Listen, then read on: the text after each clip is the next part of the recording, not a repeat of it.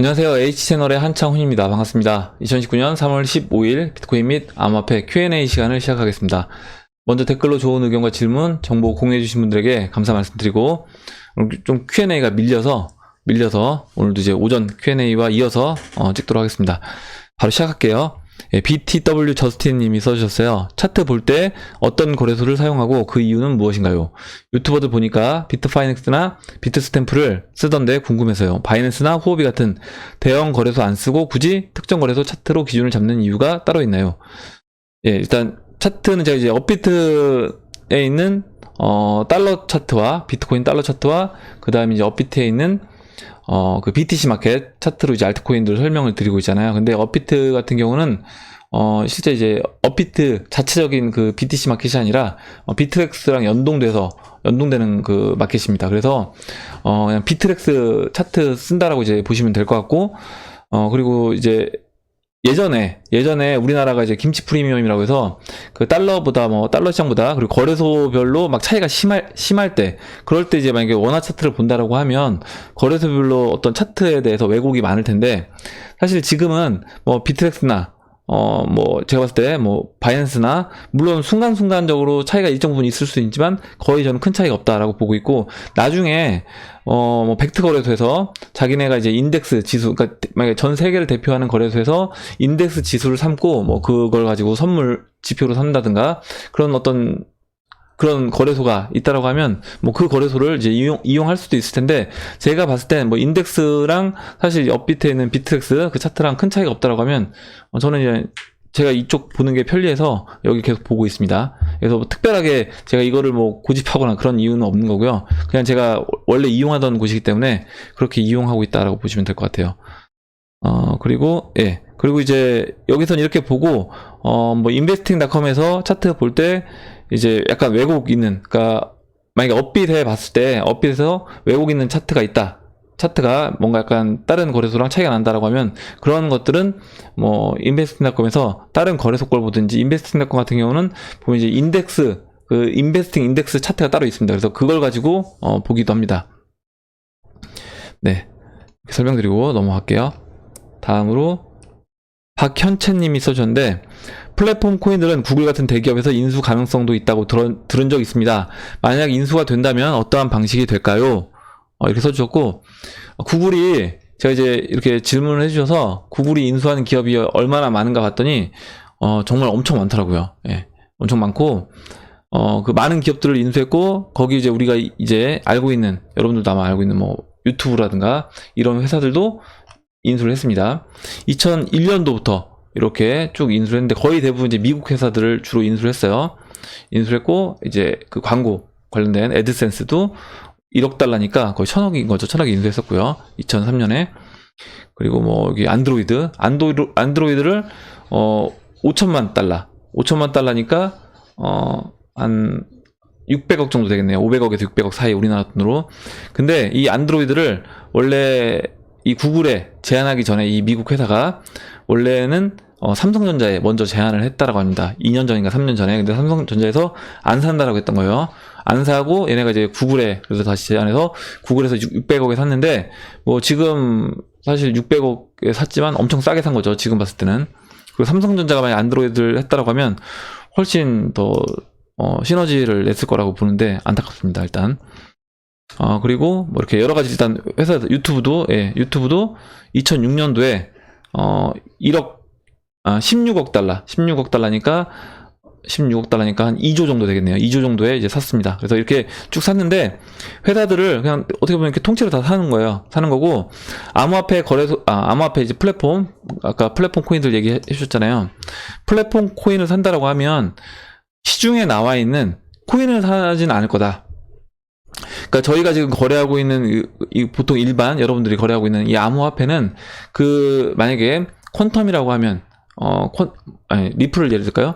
리플사가 있고, 리플사에서 이제 발행한 코인 XRP가 있잖아요. 그러면 XRP를 사는 게 아니라 리플사를 인수하겠죠. 만약 구글이 인수를 한다라고 하면. 그리고 구글이 만약에 퀀텀을 인수한다라고 하면 퀀텀 코인을 사는 게 아니라 퀀텀 그 회사, 회사를 살 거다라고 보고 있습니다. 그러면 그 회사를 사면서 회사에서 이제 보유하고 있는 그런 퀀텀도 같이 이제 어느 정도 일정 부분 사겠죠. 사지게 될 겁니다. 예. 될 거고, 그렇게 이제 보시면 될 것 같아요. 그래서 우리가 이제 만약에 혹시 이렇게 생각하시는 분들이 있을 수 있는데, 만약에 플랫폼 코인을 사면, 시중 거래소에서 우리가 이제 거래를 하고 있는 이런 만약에 뭐 이오스다 그러면 이오스 코인을 구글이라든가 뭐 삼성전자라든가 이런 기업이 인수한다라고 하면 그거를 사는 거냐? 근데 그건 아니다라는 겁니다. 예. 물론 만약에 그러니까 STO를 해서 그 코인 자체가 어떤 주식의 형태를 띈다라고 하면 그때는 얘기가 달라져요. 그때는 실제 그 STO에서 발행된 그 코인 자체가 어떤 증권의 형태이기 때문에 그 만약에 STO로 발행된 그 회사를 구글이라든가 뭐 대기업이 인수를 하려고 하면 그때는 이제 직접 그 코인을 이제 사야 되겠죠. 물론 그 회사가 보유하고 있는 물량을 일정 부분 살 테고요. 다 사든지 사고 그 이후에 추가적으로 뭐 거래소에서 유통되는 물량도 추가적으로 인수할 수 있을 겁니다. 만약에 STO 코인인데 이런 코인이 대기업에서 인수하겠다라고 만약에 된다라고 하면 가격이 급등할 겁니다. 그렇기 때문에 대기업에서는 당연히 자기네가 이걸 인수하겠다라고 생각을 했을 때는 물밑 작업을 미리 하겠죠. 뭐냐면 거래소에서 어느 정도 물량을 자기네가 야금야금 충분히 확보한 상태에서 그 상태에서 마지막에 그 회사가 보유한 물량을 전체적으로 사면서 발표를 그때 할 겁니다. 그렇게 해야지 어떻게 보면 가격을 올리지 않고 살 수 있는 거기 때문에 그렇게 할 거라고 이제 보시면 될 것 같아요. 네, 다음 보도록 하겠습니다. 다음에 이제 김철아님이 써주셨어요. 그리고 이제 제이문님이 엊그저께 어저께인가요? 그때 이제 홈리스 쪽 해서 그 권투 선수 이야기했던 그 자료를 제이문님이 이제 올려주셨던 건데 이게 스팸에 가 있어서 제가 어제 이걸 방송에서 말씀드렸습니다. 네, 그리고 다음 보도록 할게요. 네, 이루TV님이 질문해 주셨어요. 오늘 코인원에 코스모스라는 코인이 상장했는데 보면서 궁금한 게 있어서 질문드립니다. 국내 원화마켓 상장 코인 중 거래소 시작 가격보다 아래로 안 가고 지금까지 쭉 더 높은 가격을 유지하고 있는 코인이 한 개라도 있나요? 상장날은 무조건 일단 이거에 대한 답변은 저는 이제 모릅니다. 모르고 상장날은 무조건 가격이 위로 올라가는 걸로 알고 있는데 코스모스도 마찬가지더라고요. 이거는 저는 아니라고 봅니다. 가격이 확 빠지지 않을까 걱정돼서 다른 코인의 경우는 어땠는지 궁금합니다. 일단 제가 이거 왜 모른다고 말씀드렸냐면 제가 이게 아는데 이제 모른다고 말씀드린 게 아니라 보시다시피 국내 암호화폐 거래소가 지금 200개가 넘습니다. 200개가 넘고 이 대형 거래소들 말고요. 중소형 거래소들 보시면 이게 지금 1월 30일자 기사거든요. 국내 암호화폐 거래소가 이제 200여 개가 돼요. 그리고 중소 거래소도 엄청 많습니다. 그러면 이 거래소에서 사실 제가 이제 알지 못하는 코인들도 ICO가 계속 지금도 이제 되고 있어요. 오늘도 계속 이렇게 ICO가 되고 있습니다. 중소 거래소에서 자체적으로 또 발행한 코인들도 있고요. 그러면 그 코인들 중에 한두 개는 진짜 여기 말씀하셨던 것처럼 한 번도 거래소에서 상장된 이후에 한 번도 빠지지 않고 계속 우상향해서 올라간 코인이 있을 수 있겠죠. 근데 이제 그거를 제가 다 확인하지 못하기 때문에 그 부분에서 이제 알 수 없다라고 말씀드리는 거고요. 그리고 지금 또 질문하셨던 게 상장날에 이제 무조건 가격이 위로 올라가냐? 이건 아닙니다. 오히려 상장하고 주식시장 같은 경우는 이제 상장하고 증권사에 상장이 된 다음에 오히려 상장하는 날 이렇게 크게 눌러주는 경우도 있어요. 그래서 그거는 상장할 때는 무조건 상승한다. 이거는 이제 아니고 일반적으로 지금 시장이 요즘 분위기가 시장이 약간 바닥치고 올라가는 분위기다 보니까 특히 이제 업빗에 이제 상장되는 코인들 중에 일단 펌핑이 지금 나오고 있잖아요. 아마 그래서 이런 질문을 해주신 것 같은데 꼭 그런 건 아니다라는 거. 그리고 코스모스도 지금까지는 가격이 이제 안 빠졌다고 하더라도 지금 만약에 이렇게 가격이 유지가 되다가 어느 순간 또 빠질 수도 있는 거기 때문에 아직까지는 이거는 모르는 겁니다. 지금 제가 알고 있기로는 7,000원 정도에서 가격이 유지가 되는 걸로 알고 있는데 여기서 또 더 빠질 수도 있는 거고 그냥 안 빠지고 계속 올라갈 수도 있는 겁니다. 그거는 이제 시장 상황과 또 연계가 될 수도 있는 부분이기 때문에 그거는 이제 어떻게 될지는 저도 모르겠다. 일단 그렇게 말씀드리고 넘어가도록 하겠습니다. 다음으로 잠깐만요. 이두TV님 했고요. 그 다음에 예, 김철아님이 이제 써주셨는데 홈리스 현상이 우리나라의 문제가 아니다. 전 세계적으로 이렇게 문제가 있다라고 써주셨고, 제가 오늘 이제 모 유튜버님, 그 부동산 관련된 유튜버 하시는 분인데, 그분 이제 영상을 보다 보니까 거기서 이제 이런 얘기가 나왔어요. 뭐냐면 요즘에 이제 최근 들어서 일가족 사망하는 일들이 굉장히 많다. 그래서 저도 궁금해서 검색을 딱 해보니까 저도 이제 뉴스로 못 봤었던 내용들이었는데 최근에 또 굉장히 많았어요. 그래서 부산 일가족 사망이 5살 아들과 극단적 선택. 그래서 3월 13일 날 이렇게 일가족 사망했고, 그리고 또 충남 공주에서 일가족 4명이 숨졌습니다. 현장이 이제 번개탄. 그래서 이제 이게 3월 6일이에요. 그리고 또 여수 리조트에서 일가족이 4명이 이제 숨진 채 발견됐습니다. 2월 24일 날 됐는데, 이게 다 이제 내용들이 보면 어떻게 보면 이제 약간 생계가 잘 안 되다 보니까 가장이 그냥 가족들 죽이고 어떻게 보면 죽는다든가 이렇게 지금 되고 있기 때문에, 이런 거 보면서 이게 지금 어떻게 보면 이제 메인 뉴스에는 계속 요즘에 누구죠? 연예인들 관련된 기사가 계속 나오고 있는데, 그런 것보다 어떻게 보면 이게 진짜 중요한 거고, 지금 국민들이 이만큼 이제 살기 힘들다는 건데, 이런 내용은 이제 안 비춰지고 약간 어떻게 보면 좀 그다지 제가 봤을 때 연예인들이 뭐 그런 거에 대해서 그다지 이게 중요한 건 아닌 것 같은데, 약간 가십거리잖아요. 그런 거를 좀 포커스를 맞추게끔 하지 않나, 이런 생각이 들었습니다.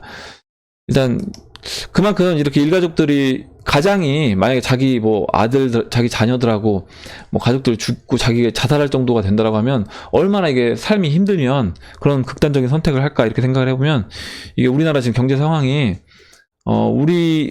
이제 여러분들 중에 뭐 체감하시는 분들도 있을 수 있고, 뭐 경제적으로 어느 정도 여유가 있으신 분들은 뭐 살만하다 이렇게 생각하시는 분들도 있을 수 있겠지만, 제가 이제 주변 얘기를 쭉 들어보면, 뭐 개인적으로 자영업 하시고 사업하시는 분들 얘기 들어보면 굉장히 예전보다 진짜 확실하게 힘들어졌다는 거예요. 힘들어진 게 확실하다. 그리고 실제 이제 뭐라 그러죠? 나오는 매출도 적게는 30%에서 많게는 거의 반토막, 작년 대비해서 반토막 났다, 이런 분들이 많습니다. 그래서 그만큼 이제 경제 상황이 저는 좋지 않다라고 느끼고 있고, 이런 개인 사업하시는 분들뿐만 아니라 대기업들의 실적도 2018년도 4분기부터 굉장히 안 좋아지면서 지금 계속 안 좋아지고 있기 때문에, 그런 부분을 생각해 본다라고 하면 이게 단기간에 어떤 해결될 문제는 아니다, 이렇게 생각을 합니다. 예, 그리고 이제 요소님이 그 송기봉님하고 그 김도환님한테 은하 사이트 알려주셔서 감사하다.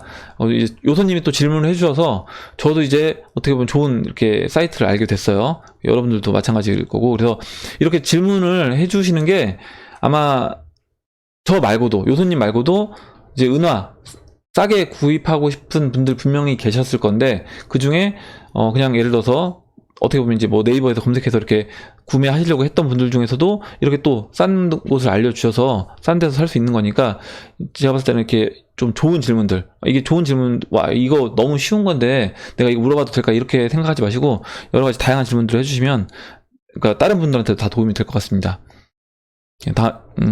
다시 한번 이제 요수님한테 좋은 질문 해주셔서 감사한다는 말 드리고, 김도님 이 얘기는 아침에 오전 방송에서 했었습니다. 그리고 다음으로 개미두뇌님이 리플 매도 시점을 대략 얼마 정도 계획하십니까? 써주셨는데, 제가 지난번에 리플 설명 드릴 때 간단하게 이제 설명드리긴 했는데, 지금 제가 이제 뭐 말씀드리면, 일단 이대로 안 될 수 있는 겁니다. 당연히 이대로 안 될 수 있는 거고, 이건 이제 제가 어디까지 예상인 거고, 만약에 이렇게 됐을 때 나는 이제 저는 이 타이밍에 이제 매도를 하겠다, 이 부분인 겁니다.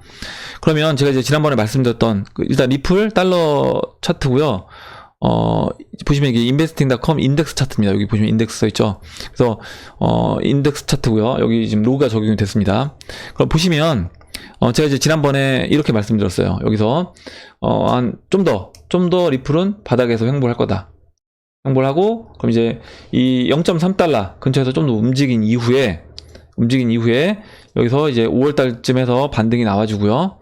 반등이 나와주고 채널 중반부를 맞고, 여기 보시면 지금 채널 중반부를 맞고 이렇게 눌러주잖아요. 근데 이 조정폭이 꽤 됩니다. 이렇게 눌러줍니다.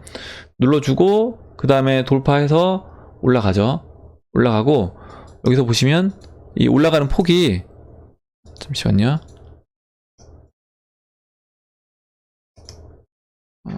올라가는 폭이 이렇게 올라갑니다. 여기까지 올라가요. 올라가고 그 다음에 이렇게 조정을 받고 그 다음에 다시 반납합니다. 그래서 일단 이 모양대로 된다라고 했을 때 그러니까 이때는 이제 매도를 어디서 해야 되냐라고 보시면, 아마 여러분들 제가 지금 차트 그릴 때 아마 여러분들도 예상을 하셨을 거예요. 일단 여기서 이제 일정 부분 매도를 해야 되겠죠. 근데 이 자리가 보시면 작년 2017년 1월달 전 고점입니다. 그래서 전 고점 부근에서 한번 이제 매도를 할 수 있는, 그러니까 전체 전량은 아니고요. 만약에 리플 보유하고 있는 물량이 100이다라고 하면 100에서 뭐 각자 알아서 판단하셔서 뭐 10%든 20%든 일정 부분 매도를 해볼 수 있는 자리라는 거죠. 이 자리가 이렇게 조정을 받으니까 이 조정폭이 적지 않습니다. 보시면 여기서 58% 빠지는 거예요. 적지 않거든요. 그래서 여기서 이제 일정 부분 매도를 해줄 수 있는 거고요. 이게 지금 만약에 4달러라고 하면 2달러까지 빠질 수 있는 겁니다. 그러니까 4,000원 찍고 2,000원까지 빠질 수 있는 거예요. 그래서 일정 부분 매도를 하고 다시 매수해주면 될 거고요. 물론 이대로 안 될 수 있는 겁니다. 여기서 터치하고 조정 이렇게 깊게 안 받고 그냥 바로 넘어와 줄 수도 있기 때문에, 그래서 이제 다 매도하시면 안 되는 거예요. 그리고 이제 저 같은 경우는 그래서 여기서 일정 부분 매도하고, 만약에 제가 예상한 대로 맞고 떨어진다라고 하면 여기서 추가적으로 다시 매수를 할 겁니다. 매수하고 그 다음에 홀딩했다가 지금 이때 이제 고점 맞았던 채널 상단부의 한 3분의 2 지점인 이 자리가 온다라고 하면 이때 다시 한번 이제 매도를 해야 되겠죠. 그리고 여기서 이제 다시 매수를 하고, 이때 매수를 할 때 개수를 늘려도 되는 거고요. 아니면 개수는 동일 개수를 사고 현금을 빼서, 현금은 뭐 생활비 쓴다거나 이렇게 해도 되는 겁니다. 거기 이제 각자 취향에 맞게 하시면 되는 거고, 만약에 비트코인은 별로 안 올랐다 라고 하면 비트를 사셔도 되는 거고요.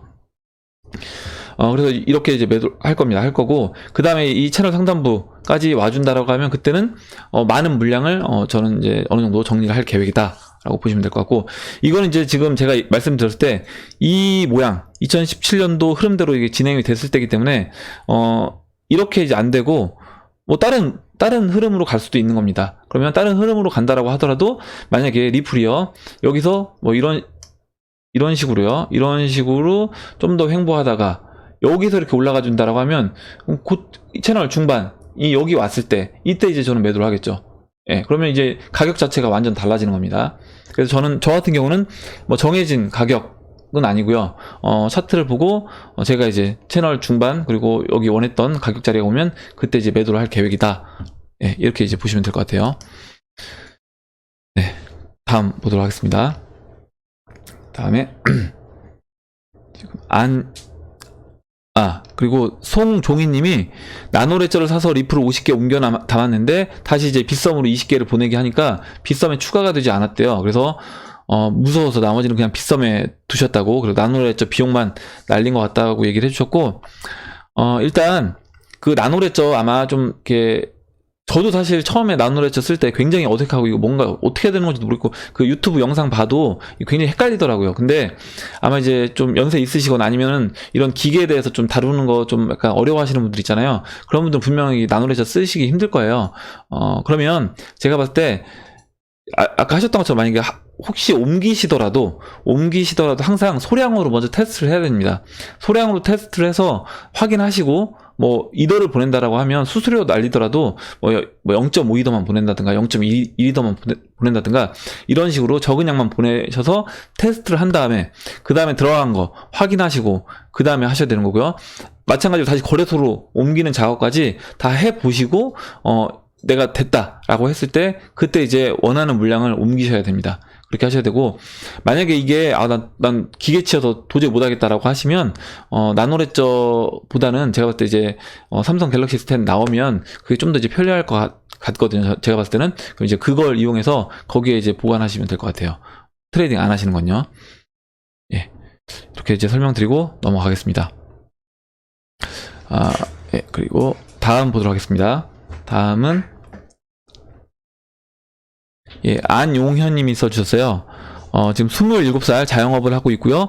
17년 불장 때 잠깐 XRP로 4배 재미 보고 떨어질 때 빼서 1.3배밖에 못 먹었네요. 그러다 예비군 아저씨가 암호화폐 말하는 걸 듣고 작년 12월부터 공부를 시작해서 XRP 적게는 월 180만원, 많게는 300만원 추매 중입니다. 예, 죄송합니다. 저점이라고 생각합니다. 요즘 이런저런 공부를 하는데 주식이랑은 같지 않겠지만 메리츠 코리아 펀드 존리 대표님 강의도 듣고 각종 유튜버들 일루미나티, 로스차일드 등 음모론까지 세상은 눈에 띄게 변하고 있는데 친구들 단체 채팅방에 제 친구들은 게임 얘기, 연예인 얘기밖에 하지 않네요. 예, 요즘에 그 연예인 얘기 많이 하죠. 100만원 은행에 넣어두고 10년 후면 짜장면이 얼마인지 간다는데 이해를 못하는 주위 분들이 많네요. 앞으로 자영업은 더욱더 힘들 듯 합니다. 변화에 발맞춰서 자본가가 되려고 합니다. 이렇게 하셨고, 이제 대전 사신다고 써주셨고, 일단 나이가 젊으신데 이렇게 제가 봤을 때 지금 리플 180만원 300만원씩 매달 사신다고 하면 나중에 진짜 아마 제가 봤을 때 그 진짜 자영업 이거 하고 계신 거 안 하셔도 저는 될 정도가 될 거라고 생각합니다. 그리고 이제 매도 계획은 30살 생일날 70% 매도, 30%는 10년 들고 갈 거예요. 근데 이거는 약간 제가 봤을 때 좀 안 마실 수 있는 게, 만약에 상승장 갔다가 하락장 왔는데 그 하락장 왔을 때 지금처럼 채널 바닥이 또 30살 생일하고 겹친다라고 하면 그때 매도하기 또 억울하잖아요. 그래서 꼭 난 30살 생일날 매도하겠다 이렇게 생각하지 마시고, 아까 이제 말씀드렸던 것처럼 어느 정도 고평가 영역에 들어가면 일정 부분 매도를 하시고, 저는 이제 어느 정도 이제 아니면 가격적으로 여러분들 생각하셔서 나는 뭐 만원, 뭐 2만원, 아니면 나는 뭐 10만원 이렇게 정하신 다음에 그 가격 기준으로 매도를 하시면 될 것 같습니다. 지금 근데 이제 100만원 넘는다고 확신한다고 얘기를 해주셨어요.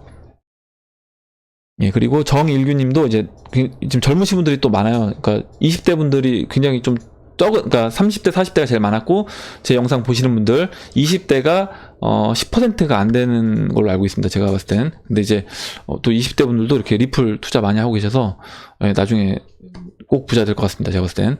리플 1,800만원 347에 들어갔네요. 12,000원에 매도 계획이 있네요. 좋고, 이대규님도 저랑 비슷하다. 근데 저는 매도 안 하려고 합니다. 케네디님은 저는 10만원 가도 매도 안 하려고요. 그래서 젊으신 분들이 더 매도 안 하신다고 그렇게 얘기를 하시는 것 같아요. 잠시만요. 예, 잠시만요. 전화가 와서. 예. 다음으로 이제 마법천사님이 써주셨습니다. 일단 PK 목표가 0.2BTC, 그리고 이더는 0.1BTC가 목표인데 제가 세상 달라진 거 모르고 너무 옛날 생각에 사로잡혀 있나요? PK가 이더랑 겸상하는 거 오래 보다 보니 세상이 많이 변한 것 같기도 하고, 인덱스 기준을 새로 정해야 하나 헷갈리네요. 해주셨고, 일단 지금 비트코인 캐시 0.2BTC면 그 1 비트코인이 5 비트코인 캐시입니다. 그래서 이 정도 가격은 저도 이제 제 목표치도 그 정도부터 저도 분할로 비트코인 캐시를 이제 매도할 생각이기 때문에, 제가 봤을 때 뭐 이게 이제 너무 높은 목표가 그건 아니라고 보고 있습니다. 이더도 마찬가지예요. 그러니까 0.1 비트면 1비트가 이제 12더잖아요. 그래서 이 정도 가격이면 이 정도부터 분할 매도하시면 저는 충분히 가능하다 이렇게 생각하고 있습니다. 저랑 이제 거의 목표치가 같더라고요. 예. 그리고 이제 이더가 계속 최근에 이제 비트코인 캐시보다 비쌌는데, 오늘 이제 비트코인 캐시가 아까 보니까 좀 더 가격이 올라갔었습니다. 예, 다음 보도록 할게요. 예. 송기봉님이 써주셨는데, 18년 초 원화 강세에 속임 당하고 19년에는 추세선 돌파라니 완전히 두 번 당하고 멘붕 오겠네요. 추세 돌파와 더불어 일봉상 1145원 박스권 돌파 과정이 보이면 한국은 그야말로 요단강 행위네요. 이렇게 써주셨습니다. 그래서 이 1145원이 제가 이제 어제 그 원화 차트 설명드릴 때 그 라인입니다. 그래서 그 라인을 넘어가게 되면 아마 진짜 그 코스피 차트도 제가 말씀드렸던 그 쌍바닥 찍었던 1980포인트 그 라인을 저도 이제 깰 거라고 보고 있습니다. 예, 이렇게. 그리고 이제 퀀텀은 뭐고 오미세고는 뭐냐? 퀀텀은 이제 중국계 코인인데 플랫폼 코인이고요. 오미세고는 이제 그 일본 관련된 코인인데 동남아시아에서 지금 많이 사용되고 있는 그 송금 관련된 코인이라고 이제 보시면 될 것 같습니다. 그리고 다음 보도록 할게요. 다음은 펠릭스 공화국님이 써주셨어요. 브렉시트 관련해서 잘 이해가 안 돼서요. 큰 대형 호재라든가 벡트도 기약 없고 ETF도 그렇고 이제는 3월 말 예정이던 브렉시트가 연기된다고 하는데 그럼 앞으로 이러다 브렉시트 취소되는 건가요? 유럽발 경제 위기가 오면 암호화폐 시장에 호재라고 그랬는데 브렉시트 취소되면 크립토 시장 상승장은 언제 올지 몰라 걱정이네요. 근데 이제 제가 이제 말씀드렸지만 이왕이면 뭐 이렇게 경제가 안 좋아져서 암호화폐 당연히 이제 경제가 안 좋아지면 암호화폐 시장으로 저는 수급이 몰릴 수밖에 없다고 생각을 하고 있습니다. 그렇지만 그것보다도 이왕이면 그 암호화폐 시장의 긍정적인 벡트 거래소 오픈이라든가 아니면 ETF 승인이 저는 좀 더 낫지 않을까 시장에는 그렇게 보고 있고 지금 브렉시트 같은 경우는 오늘 이제 기사가 나와서 이 부분을 설명을 드리겠습니다. 일단은 영국에서는 그 노딜 브렉시트는 피하는 걸로 결정이 됐습니다. 그래서 일단 영국이 오는 29일 예정된 브렉시트 시점을 연기하기로 결정을 했고 아무런 합의 없이 EU를 탈퇴하는 노딜 브렉시트를 피하기 위해선 브렉시트를 차라리 미루는 게 낫다는 쪽으로 합의를 봤습니다. 이렇게 이제 됐고요. 그러면 오는 20일 영국 하원이 브렉시트 합의안을 승인하느냐에 따라서 3개월에서 1년 이상 그 이제 연기할 수 있는 기간이 늘어나고 그럼 이제 단기로 되냐 1년 이상이 되느냐 또 이렇게 되는 거고요. 브렉시트 연기에 대한 최종 결정은 또 EU가 이제 승인을 하는 겁니다. 20일 날 얘네가 해서 영국 하원에서 보내고 그 이후에 만약에 EU에서 아니야 우리 니들 이거 연기 못 시켜주겠어 하고 거절하면 그대로 또 노딜로 가는 겁니다. 그래서 아직까지 영국에서는 우리 연기하기로 결정을 했다라고 해서 이게 연기가 또 결정된 건 아니에요. 물론 이제 EU에서 이제 그 연기를 받아들일 확률이 좀 높긴 합니다. 좀 쉽게 설명을 드리면 제가 지난번에 처음 이제 이 브렉시트 관련된 설명 드릴 때 이제 부부가 이혼하는 걸 말씀드렸잖아요. 이렇게 이제 보시면 될 것 같아요. 만약에 영국이 남편이고 EU가 만약에 여자 쪽이다라고 했을 때 부인이라고 했을 때 지금 이제 합의가 안 된 겁니다. 이혼 합의가 안 된 상태예요. 재산 분할을 어떻게 할 것이고 자녀는 누가 양육하고 이런 부분에서 합의가 안 된 상태에서 그냥 갈라선다라고 하면 당연히 진짜 이거 관리가 안 되겠죠. 그리고 자녀 교육도 힘들 거고 그 집안이 정리가 제대로 안 된 상태에서 이렇게 쪼개지게 되는 겁니다. 이렇게 되는 건데 이거에 대해서 이제 합의를 어떻게 할 거냐라고 해서 지금 일단은 보통 이제 뭐 이혼할 때 뭐 사주간에 이혼 조정 기간을 뭐 준다 이렇게 하잖아요. 그런 식으로 그 기간을 좀 더 이제 달라는 겁니다. 다시 합의할 수 있게끔. 그래서 3개월. 아니면 이런 거죠. 뭐, 우리 일단 별거하고 1년 정도 더 시간 두고 그 다음에 다시 한번 생각해보자 해서 뭐 1년 동안 연기할 수 있는 거고요. 이렇게 이제 생각해보시면 될 것 같고. 근데 한쪽에서 만약에 뭐 남자 쪽, 영국 남자 쪽에서 야 우리 이거 일단 연기 한번 좀 더 생각하는 시간을 가져보자 이렇게 얘기했다라고 해서 그 반대쪽에서 아 싫어 나 다 됐고 나 그냥 너랑 무조건 헤어질래 이렇게 할 수도 있기 때문에 사실 이 부분이 완전히 지금 정리가 된 상황은 아니다. 그리고 EU에서 29일 전에 만약에 이 연기안을 받아들이지 않으면 또 그대로 노딜로 29일 날 가는 겁니다. 일단은 연기를 받아들일 확률은 높다라고 보시면 될 것 같아요. 그리고 연기를 받아들이게 됐을 때는 이게 3개월짜리가 될지 뭐 1년짜리가 될지는 일단 20일 날 영국 하원에서 어떻게 그걸 날짜를 정하느냐에 따라서 또 달라지게 되는 겁니다. 근데 이게 저는 뭐 이렇게 된다라고 해서 이 불확실성이 없어진 게 아니잖아요. 오히려 그 불확실성만 뒤로 미루는 것이기 때문에 이게 뭐 경제적으로 경제 상황에 좋은 효과를 전 준다라고 보지는 않습니다. 네. 이렇게 설명드리고 넘어가도록 하겠습니다. 예. 이대규님이 써주셨어요. 5년 후면 통장 현금, 체크카드 쓰듯이 리플 사용할 날이 오겠죠. 앞으로 어떤 가격이 오던 매도 안 하는 게 답인 건가 모르겠네요. 가격 떨어질 때마다 추매 그리고 고점 팔고 저점 다시 잡기 뭐가 더 큰 이득일까요? 라고 해주셨는데 이거는 이제 지금 아까 리플 관련돼서 어떤 분들은 나는 뭐 10만원까지는 안 팔겠다 나는 100만원까지 안 팔겠다 또 어떤 분들은 나는 그냥 계속 안 팔겠다 여러 가지 의견이 있잖아요. 이런 식으로 본인들이 이건 다 내 계획을 세우셔야 되는 거다. 그리고 그거에 대해서는 계획을 세우셨을 때는 후회를 하지 말아야 된다. 제가 항상 말씀드리지만 나는 무조건 10만 원에 팔 거야.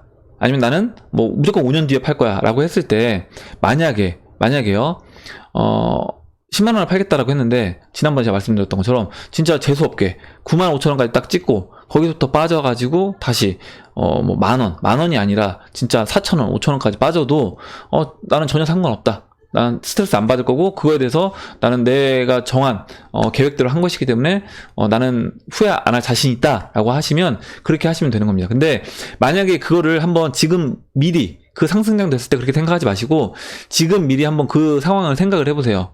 아, 진짜 내가 10만 원이 돼서 내가 지금 갖고 있는 게 10,000개면 10,000개 10만 원이면 10억이잖아요. 10억 됐다가 다시 내 돈이 5천 원 돼서 5천만 원이 됐어요. 그래서 9억 5천만 원이 줄어들었습니다. 난 그래도 난 내 계획대로 10만 원에 안 왔기 때문에 안 팔았어. 난 괜찮아.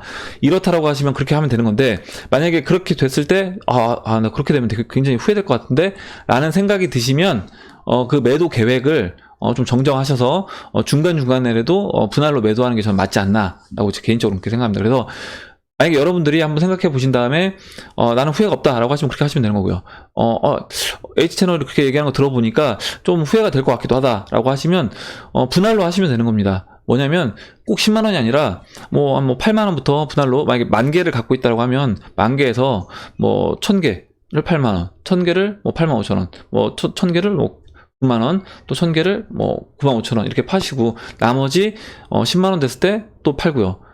10만 넘어가서 또 팔아요. 그러면 내가 10만 원에 정리를 하겠다라고 목표를 세웠을 때 중간중간에 매도를 하기 때문에 다 되는 겁니다. 어느 정도 되고, 거기서 이제 더 올라간다라고 하면 또 그 이후에 이제 매도를 하면 되는 거고요. 만약 거기서 이제 뭐 10만 원까지 넘어갔다라고 하면 괜히 내가 8만 원부터 매도했네 이렇게 물론 후회를 할 수도 있습니다. 할 수 있는데 그거까지 이제 감안을 하셔야 된다는 거예요. 그러니까 아까 제가 그렇게 매도 계획을 분할 매도를 해야 할 때는 내가 정확하게 딱 목표한 가격 안 왔을 때 나는 하나도 안 팔겠다라고 했을 때 후회 안 할 자신이 있는지 그 부분에 대해서 한번 미리 그 미래 시점에 가 계셔서 내가 한번 돌이켜서 생각해 보시고 그렇게 해도 나는 후회 안 하겠다라고 하면 그렇게 하시면 되는 겁니다.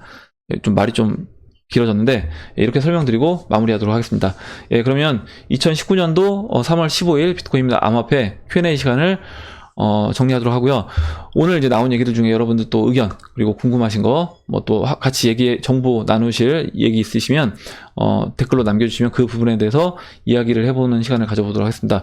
또 아직도 지금 댓글 다 못했는데 또 다음 편도 이제 또 댓글을 해야 될 수도 있을 것 같아요.